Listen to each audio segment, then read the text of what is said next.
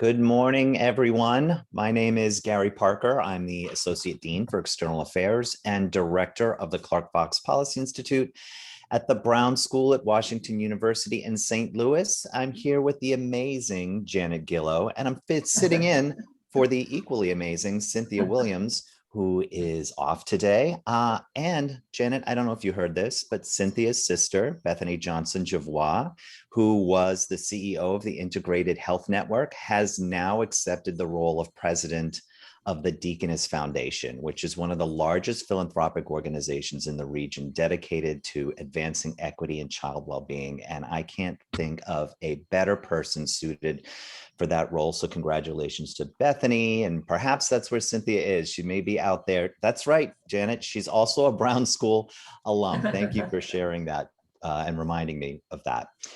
So yes, we're all in a very good mood today here at the Brown School. And welcome to Open Classroom. We have been doing these programs now for almost a year and a half.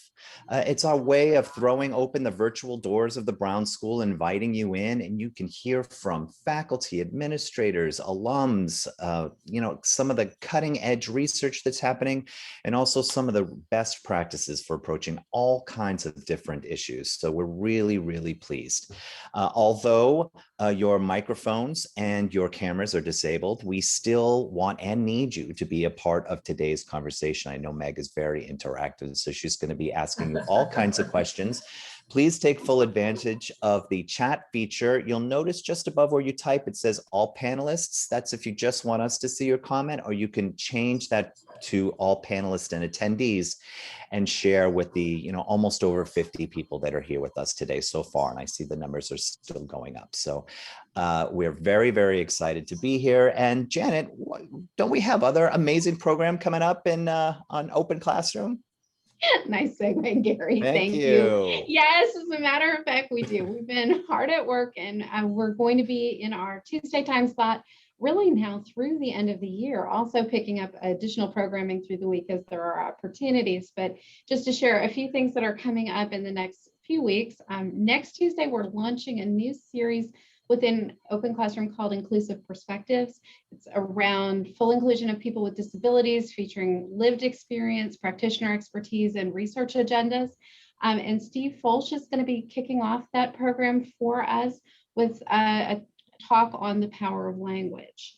Then the next week, on August the 10th, we've got two Washington University alumnus, Marissa Cohen from the Brown School and Lauren Versman from the Law School, talking to us about the situation with housing eviction moratoriums. Their program is called the Stopgap.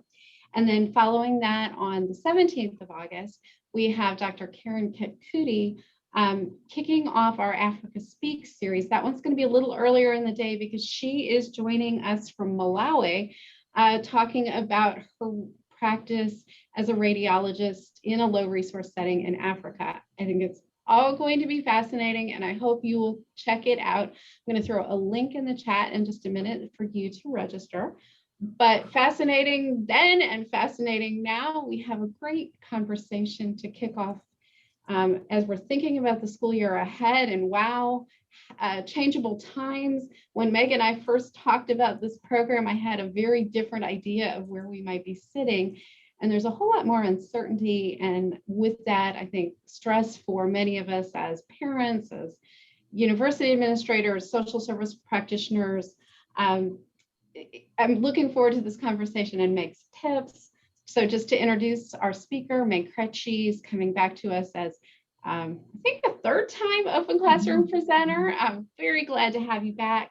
Meg is a wellness consultant here at Washington University, and she's also the founder and executive director of Masterpiece Studios, which is a mind-body stress reduction not-for-profit here in town. So without further ado, Meg, thanks for being here. Oh, you're welcome. And thank you for inviting me. Thanks, Janet and Gary. I appreciate the opportunity to share anything mindfulness at any time. And of course, mindfulness is always relevant in the present moment. And I feel like nowadays that it's extremely important with the stress that we're carrying, and especially times of transition And knowing what we've just been through the last 2 years and what's ahead of us going forward, we're still carrying a lot of stress as we head back to school this, next year in a couple weeks, right? So today we're going to be talking about, again, everything mindfulness. It starts with your personal experience, and we're going to try a practice, and then we're going to bring it into the classroom, and again, whatever that looks like for you, with the range of potential stressors and the range of ages. We'll try to speak to all of those, but I'm going to ask you to maybe get out a pencil and a piece of paper and write down, there you go, and write down some questions that come up as we carry on through the next hour. And also, feel free to put something in the chat. I'm happy to pause and address a question. But I'm interested to know, and maybe for yourself, actually this is for yourself, just to kind of make a note of what was the hardest part about the last 2 school years since, this pandemic came along. Maybe top 3, what was the hardest part? And then maybe what was the lesson? What was the learning? Where was the opportunity for growth? And then what are you most concerned about as we move into this next school year? So what was the hardest? Where was there growth or learning? And what are you most concerned about? And just make a couple notes. And again, writing is ideal because the question will occur at a deeper level for you, and you'll be able to maybe discover something you hadn't noticed before in the journaling of that question. And then we're just going to push it to the side, and we'll come back to it at the end of the presentation and see, kind of put the whole thing together. So I'm just going to go ahead and share my slides. So here we go.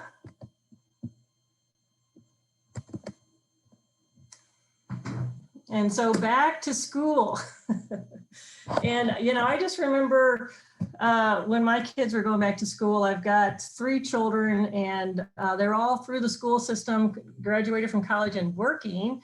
My oldest actually had to come home from college in the spring of 2020, which was very stressful, but back to school, it was always such a fun time, such a big deal, and the first day of first pictures of day 1, the new outfit, the backpack, it was so exciting. And so hopefully we can discover that excitement, even though, we have these challenges that we're all facing coming off the last 2 years, and the masks mandate, and whatever the uncertainty that lays ahead with the pandemic.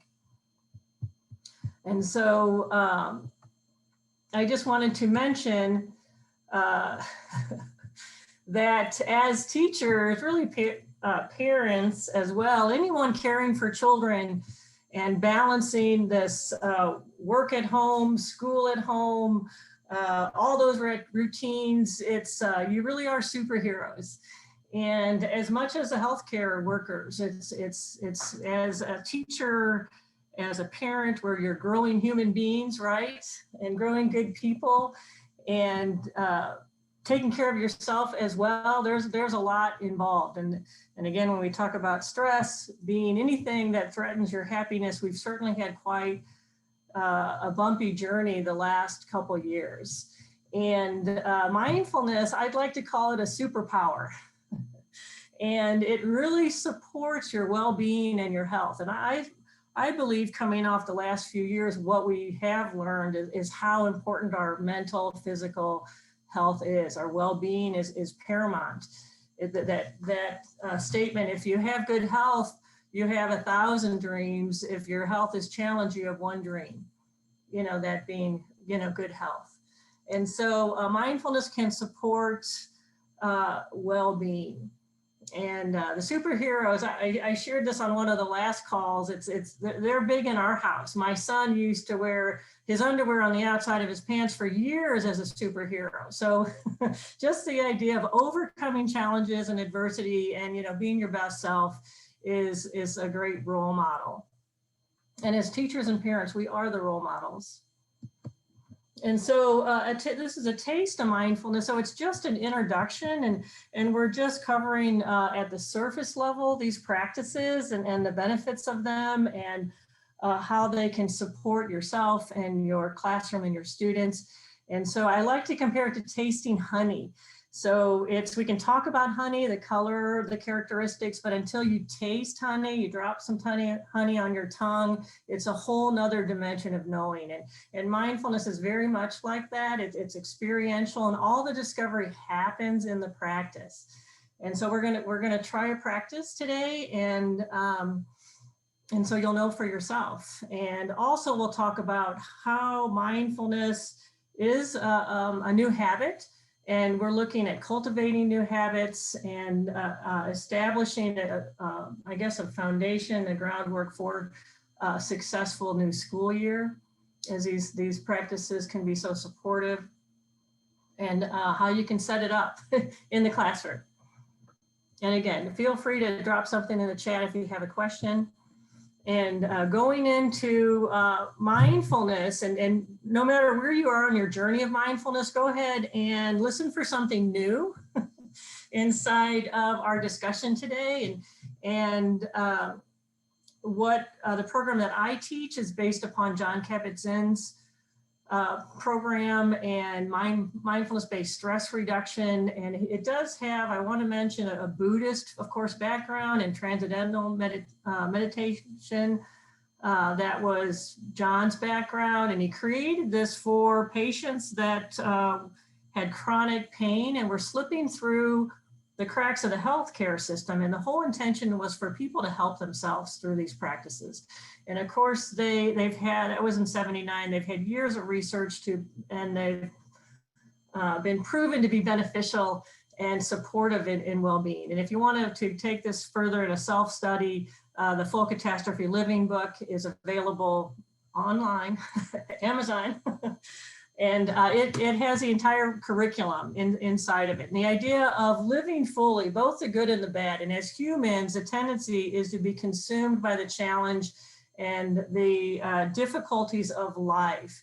And as we learn ways of working with the stressors in a way that's more beneficial, there's more opportunity for joy, for the good than the joy that's here as well in this moment.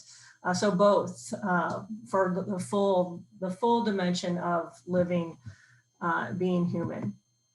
And so the definition that we use, Jon Kabat-Zinn, he took out all of the spirituality just to remove any obstacles. And of course, when you're working inside of the school system, it needs to be clear that this is a non-religious practice. And it doesn't mean that we can't bring that in your future mindfulness journey, but as we support this in schools, it is well, as we work through this definition, it's important to be clear that it's secular, because we don't want religion to be an obstacle, but it's definitely something you can add back in. And so the definition is to pay attention.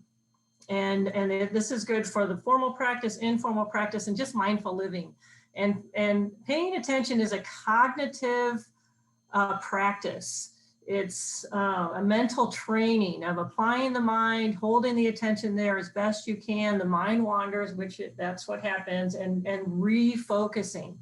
And so it's a mental practice, and the particular way we pay attention is open, relaxed, alert, curious. If you're not curious, the mind will wander. And as we bring this to our students, this particular way, this is where the learning happens, when you're relaxed and alert and curious. So how we pay attention is part of the practice, and it's on purpose because 47% of the time the mind is wandering, the mind is on autopilot, the mind is moving in some sort of habitual cognitive patterning. And so on purpose, we come off of off of autopilot. And it's moment to moment, because in any moment the mind will jump, and we pay attention to our direct experience, not what the mind is saying about it. So almost it's pre-verbal, actually. It's like a felt sense experience, and without judging and striving. And the nature of the mind, of course, is to judge. Something's not quite right in this moment, and the striving is to be somewhere else other than here. And so this is the working definition from the John Kabat-Zinn's evidence-based program, which is more involved and actually more comprehensive than some of the mindfulness that you might discover at the supermarket counter. Or I like to call it the McDonald's mindfulness version of it. And John Kabat-Zinn's curriculum is intended to be like 8 weeks, and the practices are, with skill, they become more challenging over time as the skill improves. We can go deeper into the practices and the content as well. So it's over this 8-week period where you really establish the foundations for a meditation practice, both formally and informally, means bringing it into your everyday life, which is so helpful, right, as we live our lives. And so these practices start with the body-centered practices, because the body's always present, and it's the mind that pulls the attention away from the body and this moment. And so it's like teaching a puppy to sit, and the puppy will, you say sit, the puppy says, see ya, no, just kidding. Wanders off, and we just keep bringing the puppy back again and again. And it's, we learn to treat ourselves with kindness, the same as you would training a puppy. We with patience and trusting that eventually the puppy will sit longer. It's the same for our own mental training. Eventually we'll hold the attention for longer. So if the mind starts thinking and wandering, not a problem. That's the practice of coming back. And so we're going to try a practice.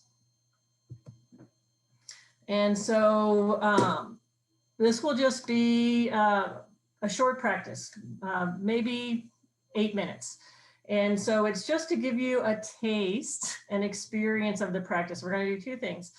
Some mindful movement. I think it's helpful to pay attention to stretches as we bring the attention out of the thinking mind, which is where we spend most of the day thinking, processing. It would be like living in the attic of your house all day long, and starting to pull that attention down into the body with some stretches and then mindful breathing. So I'm going to ask you just to push away from the screen and give yourself some space. And this is called 6 points of the spine, and it's meant to wake up the body. So you could do these same stretches with, if you're a teacher in the classroom or your own personal practice of giving the body some attention as we move into the practice. So just pushing away from the screen and just noticing, you can bring your attention in the body. You can sense the shape of your body right now, right? You can sense the weight of the body. You can sense the body being supported in the chair. And so with the arms by the side, we're just going to lift them up overhead for a stretch and a breath in. So just lifting the arms up and over, stretching up, breathing in and breathing out. And just, there's that moment to moment experience of the stretch. And then we're going to move into a side stretch. So again, moment to moment, there's all these nuances of lifting the arms up, breathing in, and then taking one hand down to support the body in a side stretch. And again, moment to moment sensation, all those nuances, opening the body up, looking towards the ceiling and yawning. Very good. And just notice how much the body loves it when you pay attention to it. And then again, lifting, reaching, stretching up, big breath in and a stretch on the other side, stretching, yawning. Very good. And then we're going to move into a twist. So just let the arm come over the chair, the other arm across the thighs, breathing in, extending up, breathing out, twisting. And again, just paying attention. What are you noticing? Gently untwisting, setting up on the other side, breathing in, extending upward, breathing out, gently twisting from the belly, the shoulders, head and neck follow. Very good. And then coming back center, and we're going to arch the back and round the back. So if the hands are on the knees, we're going to pull the elbows back like cricket legs. And then the chin goes up and you kind of hinge at the hips and you're in an arch. And breathing in, you feel the front body. You can feel that stretch. And then reversing, let the hands slide down the thighs, over the knees, the shoulders round, tuck the chin, and then move into rounding the back. And just notice as you breathe, the back body fills. Very good. And then coming back up, central, and just shrugging the shoulders. And then just sitting back in the chair. So finding a posture that supports the practice. So you're relaxed, so you're comfortable but alert. So the spine is upright. And let the eyes turn down towards the floor. And just notice the energy in the body. You can sense the energy from the stretches, the yawning, the twisting. And the inquiry is, how am I right now? And we'll just sit with that inquiry for just a moment and just let whatever's here bubble up. Whatever thoughts about this morning or whatever it took to get you into this chair, this moment. If there's any stories about what's coming next. Noticing if there's any worries or concerns, emotions, and noticing where you carry it in the body. The body reflects the mind. And just remembering to wrap yourself in kindness inside of the experience of being you in this moment and everything you're carrying.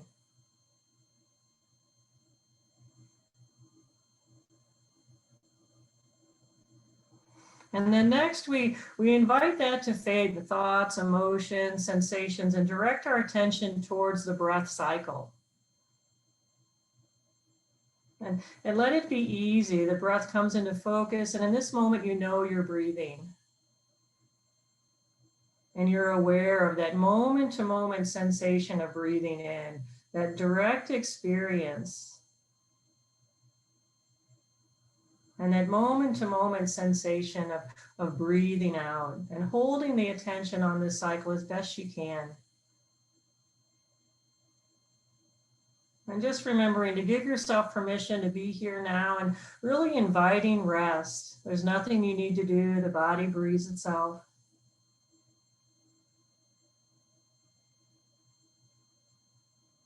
And if the mind wanders, gets distracted, not a problem, nothing's wrong. That's what the mind does. We simply notice and return to the breath again and again and again. As if you're teaching a puppy to sit back to the breath.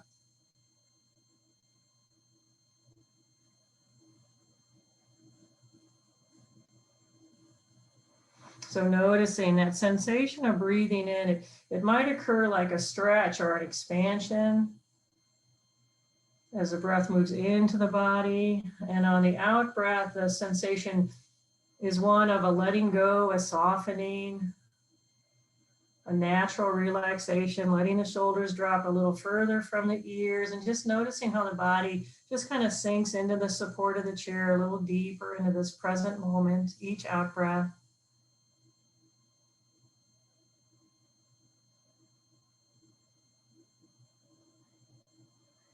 And just sending some gratitude toward yourself for taking the time today to learn about mindfulness and practice some self-care.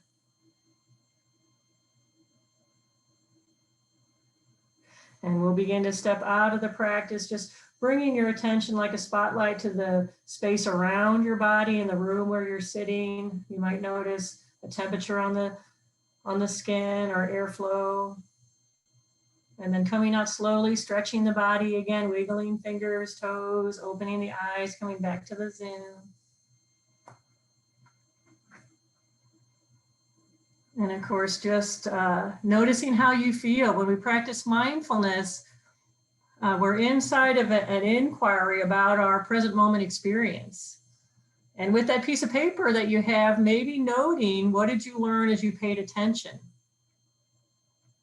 And it could be any of a million things, even and more than that. So maybe noticing the number of thoughts, noticing the shift in the breath cycle from when you first checked in to as we were stepping out of the practice.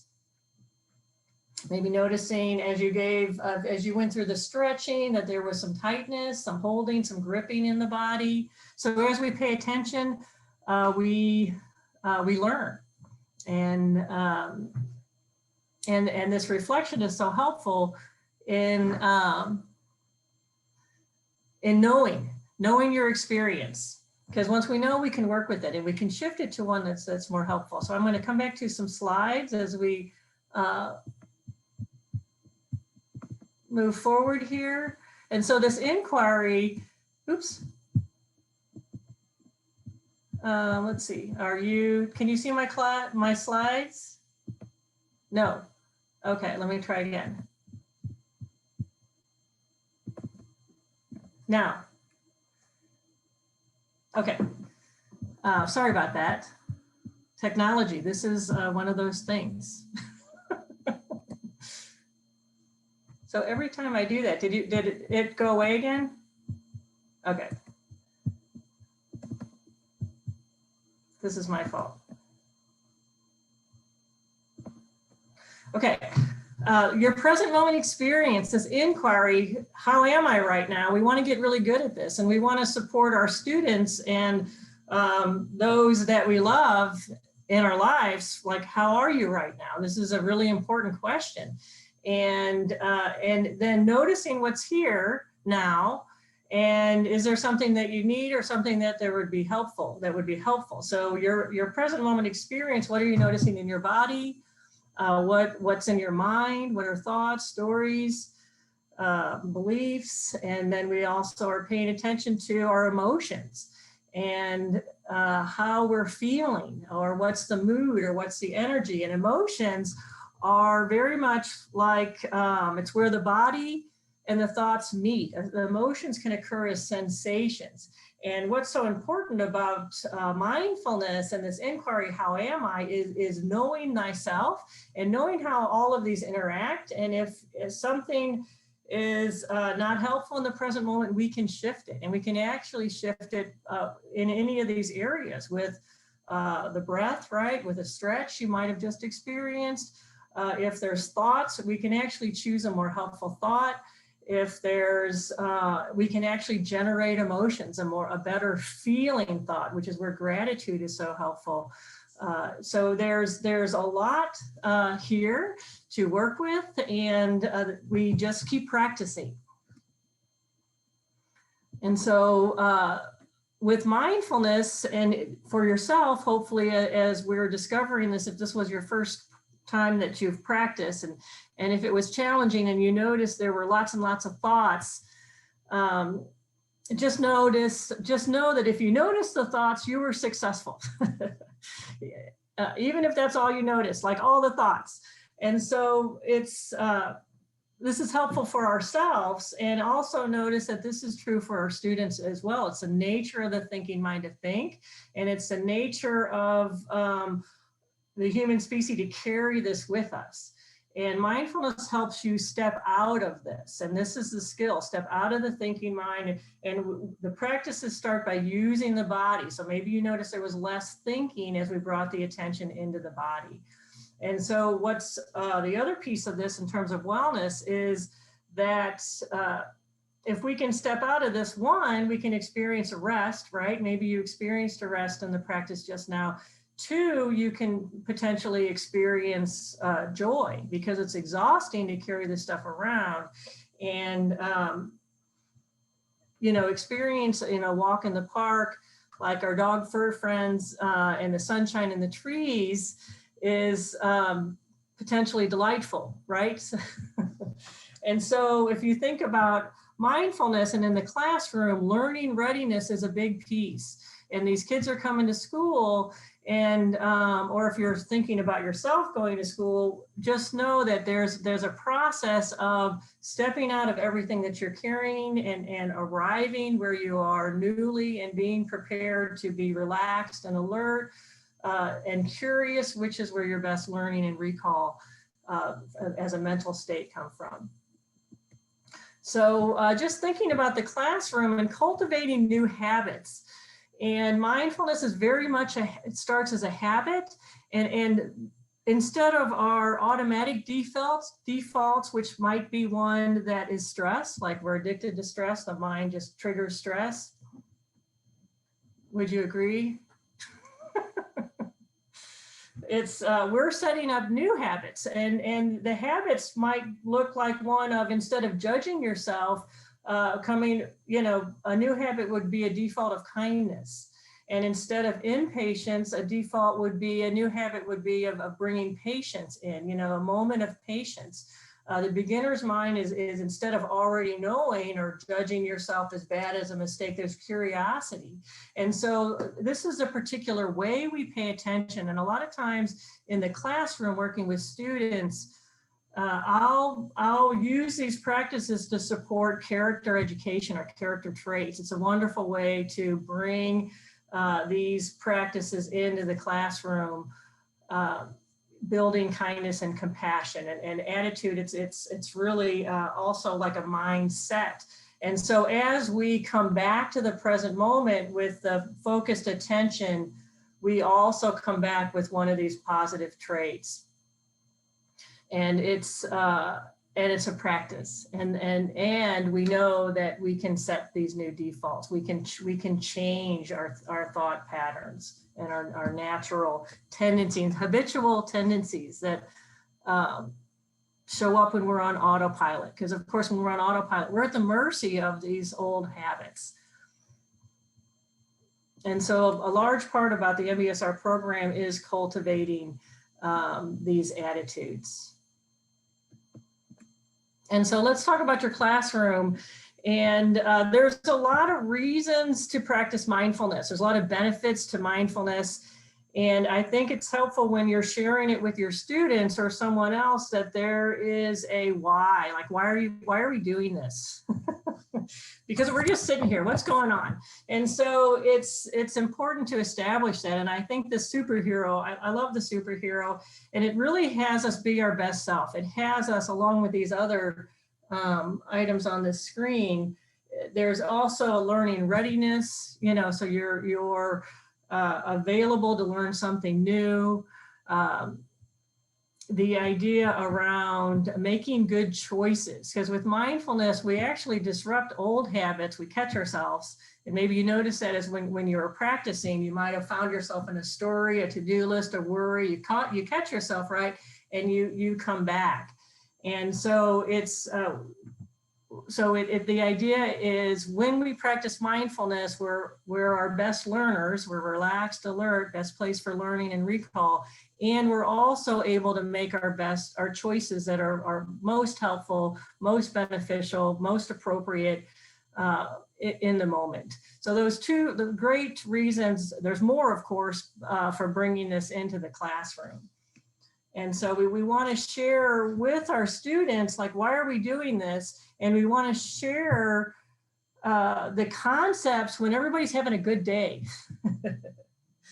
And so you share the concepts and the practices the same as you do for yourself. And then when you're in those high stress moments, or when you find yourself triggered, that's when you call on these practices to support and find relief.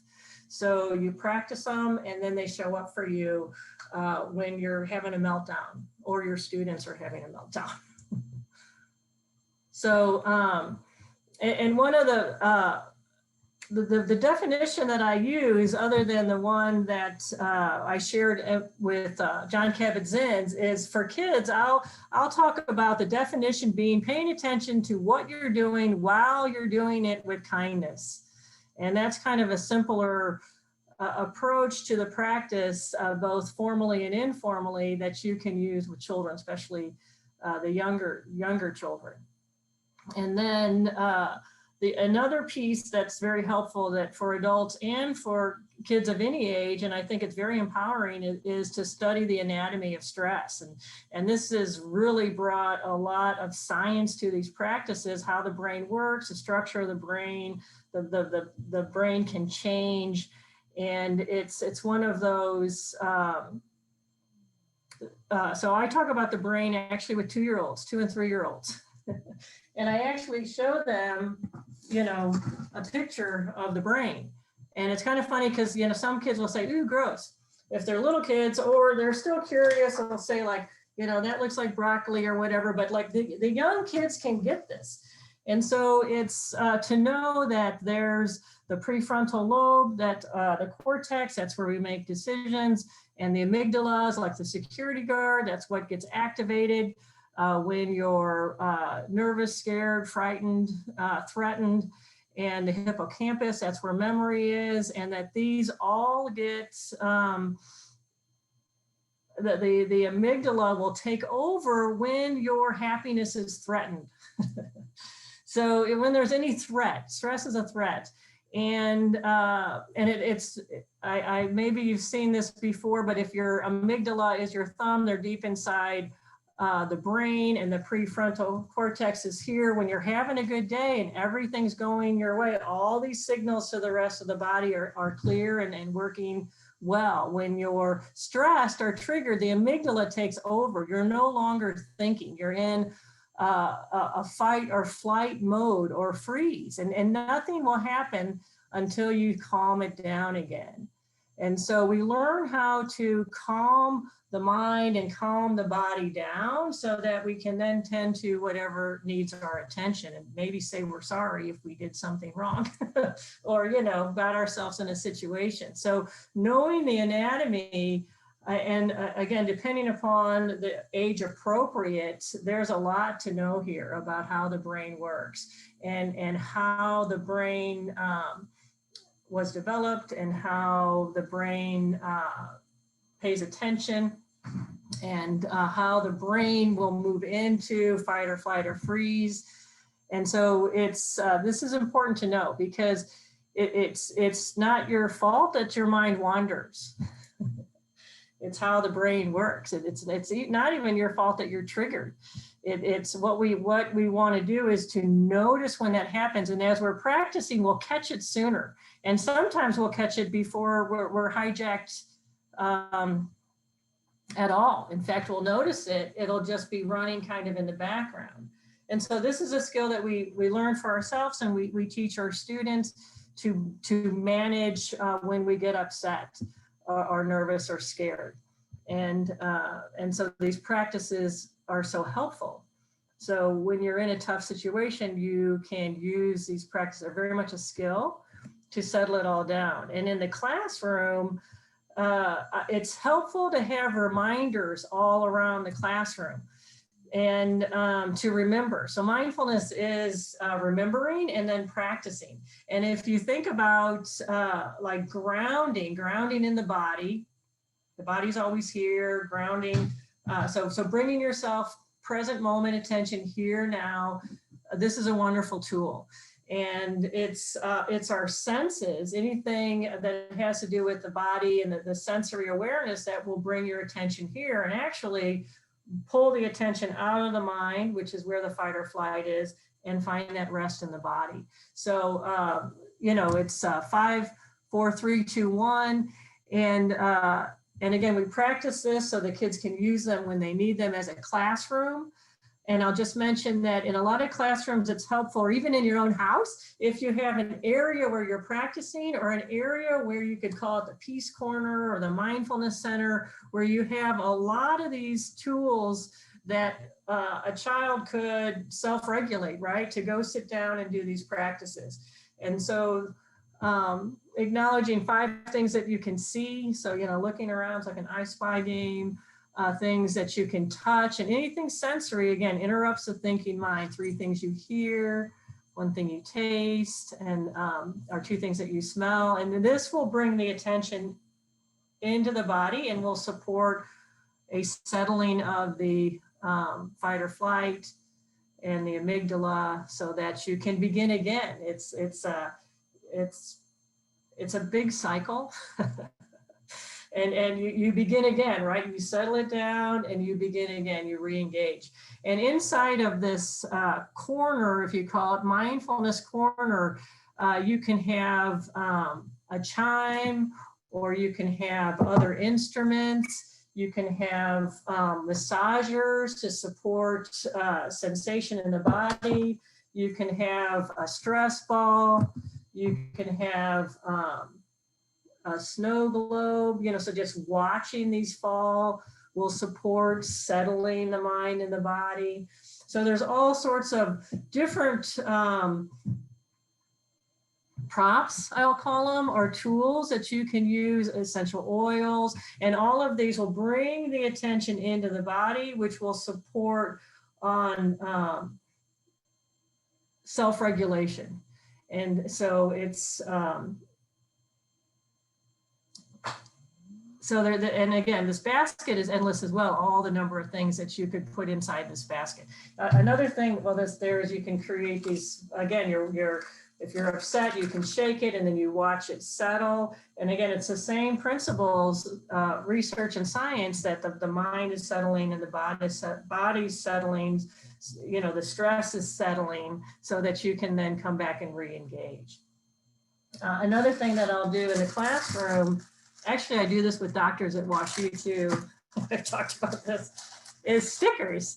And so like you can put stickers around, like in the classroom at the door when they're lining up, or around wherever they'll catch people's eyes. And every time you see this, you breathe.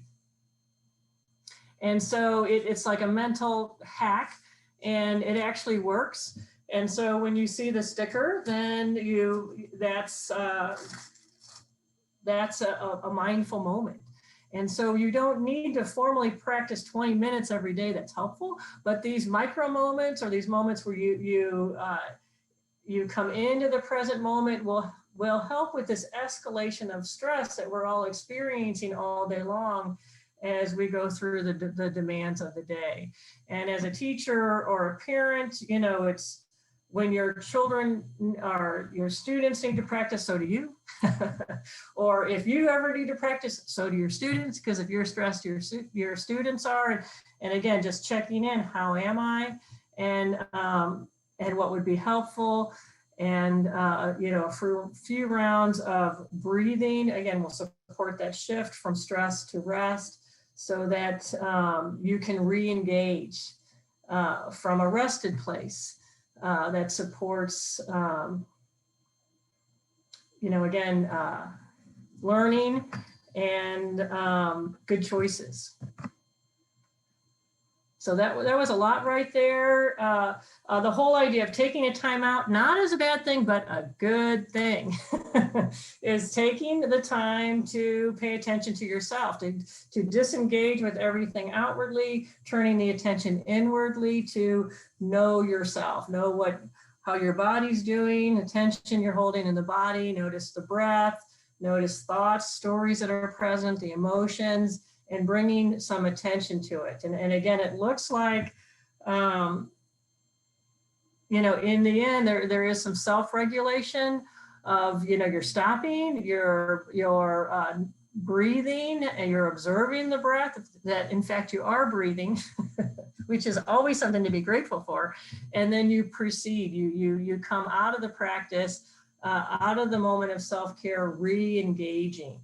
So mindfulness isn't all about sitting still and breathing. Mindfulness is also about activity. You can move about your day and engage in a mindful way. This is why mindfulness is so wonderful, because it lends to living. So you can eat mindfully, you can walk mindfully, like you're aware that you're walking, you're aware that you're eating. And inside of walking and eating can be a rest. And so whenever there's an opportunity to remember, engage yourself, and remind those that you're sharing your life with to take a mindful moment is supportive. So just a little bit about as a teacher is just, again, knowing that your health and is paramount, right? Taking care of yourself so that you can be there for others, and to really model the practices. It is so important. And because a lot of times they're not listening, but they're watching. And so with the students and the kids, I do think it's helpful as a classroom that you see yourself as a unit, as you connect as community in the classroom, and really this all in it together. And if we all practice, so maybe there's just one person that's having a difficult time, we can all practice to support the well-being of the classroom. And so, and of course, celebrate the highs. That's important every day, because the tendency of the mind is towards negativity. That's the default. And again, this is anatomy. This is what they know about the mind. Is it tends to be repetitive in nature in the thoughts that you think, and they tend to be like 85% negative. And so we need to consciously, on purpose, think good thoughts, think helpful thoughts. And that means not following a negative pattern, interrupting it, coming back, choosing something that's more helpful. And make it a routine, make the formal practices a routine. So starting the day, if you have a centering circle, or any type of transitioning, or before tests, establish a routine where you're practicing. And the base practice really is one of playing a chime. So stretching, you can do the same stretches we started with at the beginning of the session together, the 6 points of the spine, or just a couple breaths. And then the chime, I don't know if you can hear that or not.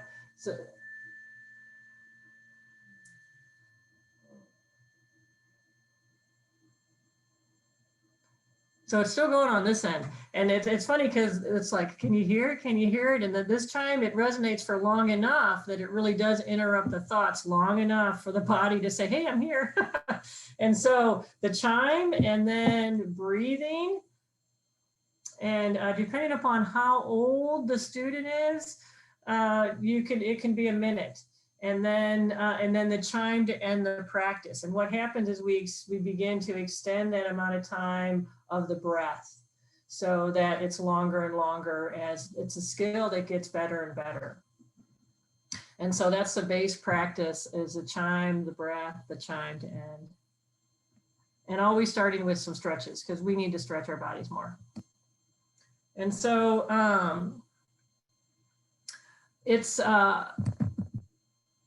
we can do like a 5-minute body scan, and then open it up to, or just end with a short practice, and then open it up with questions. Janet, do we have a lot of questions in the chat, or?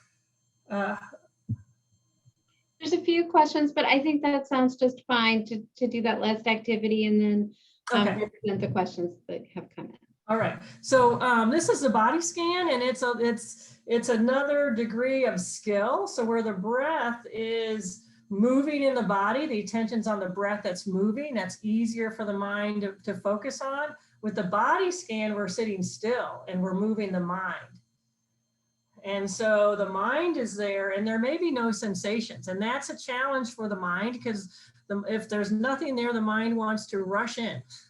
and take over with all the stuff. And so there may be an area of the body where there's no sensations. Let that be okay. And if the mind starts thinking, we just let go of the thoughts and come back to wherever we are in the body. So again, allowing yourself some space from the screen and sitting back in the chair, maybe rolling the shoulders, taking a big breath in, and breathing out completely, feeling the weight of the body in the chair, and letting the eyes close or letting them be towards the floor, whatever is most helpful to you. And just allow your attention, like a spotlight, to be in your feet. And we'll just move right into the feet. And so how do you know you have feet? Just noticing if there are sensations there, there's an energy in the feet. Maybe you can sense the feet in your shoes or wherever the feet are resting. There's contact points with the floor. You might sense a vibration or a tingling or a temperature. Moments where there are no sensations, let that be okay. And then letting go of the feet, moving the attention into the legs, and just notice how you can move your attention up in and around the ankle joints, maybe no sensations. Moving the attention into the legs, the lower legs, the bend of the knee, the upper legs. And again, if the mind is jumping around, that's okay. Just keep coming back to the legs.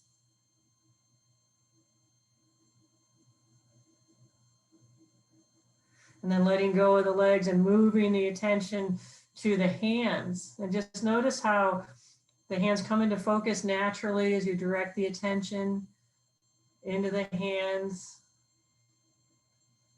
Noticing the weight of the hands resting in the lap, contact points, maybe fingers touching fingers, a pulse, a vibration in the palm. And just remembering to invite rest, nothing you need to do, sensations arise without any efforting. Letting your awareness move up into the arms, the forearms, bend of the elbow, upper arms. Sensing the arms resting alongside the body, all those contact points. Letting go of the arms, moving your attention to the back body, sensing the hips in the chair, contact point, the weight of the body. Sensing the back body, the lower back, middle back, upper back. Maybe sensing the movement of the breath between the shoulder blades. Again, moments where there's no sensation in the back body. Letting your attention move up towards the head, tracing the back of the neck, the back of the head, the top of the head, and just pausing at the top of the head, sensing into the scalp. And there may be no sensation, and just noticing maybe no thoughts. The mind is settled. There's just a spaciousness where you can rest.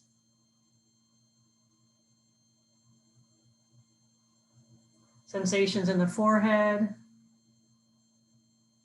the eyes resting in the eye sockets, the nose, the mouth.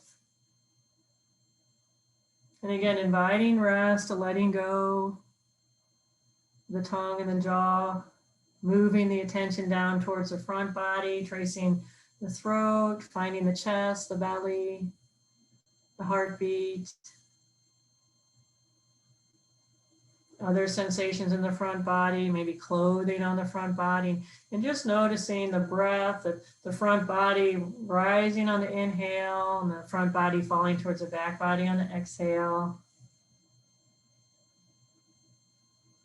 And then taking that attention, that spotlight of attention, and narrowing it like a camera lens towards the breath cycle. And just notice how you're breathing in this moment, the inflation, deflation of the lungs. And just noticing if the breath cycle is one of maybe a deeper, a longer, a steadier, an even, maybe a restorative type of breath cycle, one that supports a rest.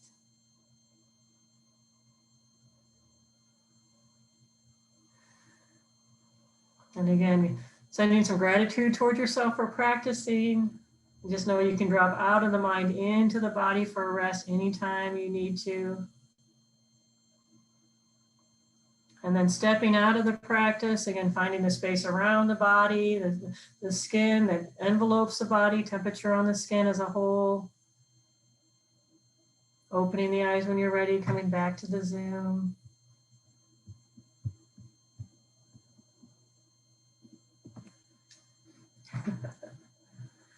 And again, just noticing how you feel. And that's every bit a part of the practice. It's a discussion that we always have. What did you learn as you paid attention? And then it becomes part of us, and we take it with us. And whatever needs to happen next, we come from that rested, restorative place. So thank you for practicing. And any questions I can help you with before we sign off. Thank you so much, Megan. I actually feel great right now. And what I learned was like, boy, I carry a lot of tension in my jaw. I don't know. I just never noticed that before, but just trying to, Yes. When you said bring that feeling up to your face, I was like, oh my goodness, something going on there. We do have a couple of questions. This one I wanted to share, which I think is really interesting. It says, what might be some good ways to work with mindfulness when working with the neurodiverse? So someone that that has, is on the autism spectrum or may have ADHD or OCD. Mm-hmm. So it's again, it's the breath. It's bringing the attention to the breath, and it's discovering the difference between being like stressed out of control. And we know how that feels, and of being relaxed. We want to be able to distinguish that. And so when it's the idea is a more narrowed attention for someone that has a challenge like that. So maybe you can't find the breath in the body, you put another layer, like the hand on the chest and the belly, and you breathe into the hands. Or so that supports, another layer of attention. Or there's narrating the breath. So if you're supporting someone else's practice, you're narrating every bit. So it gives the mind something to do. And you can support them. Like if you're breathing, you can say, I'm breathing in, I know I'm breathing in, I'm breathing out, I know I'm breathing out. So you add another layer of mental narration that supports being present and attuned to the breath. So we keep adding a layer. And again, it can be very individual at that point, what's most helpful and the age. So, and then I think moving to mindful eating, because we all love to eat. And it's a wonderful way to introduce mindfulness, because normally we're not paying attention when we eat. So it's really discovering what this is all about and building on that. And so eating something slowly and all of those sensations and taste and texture can really support someone beginning to understand, and then we build on that. Yeah, that's really helpful. I'm also so glad that we recorded this, because I may tap into it a few more times. And I'll remind our viewers that this will be posted on YouTube. Give Janet a couple of hours to get it up there and set. So definitely by the end of the day, tomorrow at the latest, if you want to rewatch this. Meg, thank you so much for joining us and for being here today. Again, you're always so very generous with your time. And I know there's folks that are sending thank you messages in the chat now. And I know that we're all so grateful. Well, you're very welcome. I just appreciate all of you out there working hard, and I just want to say, please take care of yourself. It's so. Meg, before we let you go, and we are at time, thank you. This has been lovely. There are a few questions in the chat that got to people having curiosity about things on certain slides or hoping to actually replicate a couple of your slides. Would you be okay with us posting the slide deck in a PDF to the web page? Sure, that would be fine. Yeah. Okay, then I'm going to throw a link into the chat for anybody watching the recording later on YouTube. If you visit the Open Classroom webpage, there's 3 parts to it: what's coming up, past recordings, and then resources. This is going to be on the resources tab. Again, please give me an hour or so before going to look for it, and it'll be there. So if you had a question, if you wanted to use a slide, or you had a question about the fine print, that way you can zoom and blow it up. But we are at time. This has been fabulous. Meg, before we go, do you have any final thought you want to leave everybody with? Well, it's I would invite anyone that has questions or is looking for more information, feel free to reach out to me directly by phone or email. And it's mindfulness is a journey, and if you've started it today, and I just really encourage you. There's a lot of information out there, great books, great practices. Mindfulness comes in many forms, and I just encourage you to keep exploring. Love that. Well, thank you for being our guide on this journey. Thanks to everybody who has been a part of this today. I so love connecting with you all through the chat. And Gary, thank you for co-hosting and making the program go seamlessly on the technical side. So hope everybody has a wonderful rest of your day, that exercise that we did, that I found really refreshing, that we can carry that forward into whatever our afternoons hold for us. And we'll hope to see you again very soon at another Open Classroom. Please stay healthy and safe out there, everybody. Yes. Everyone, take care. Bye-bye.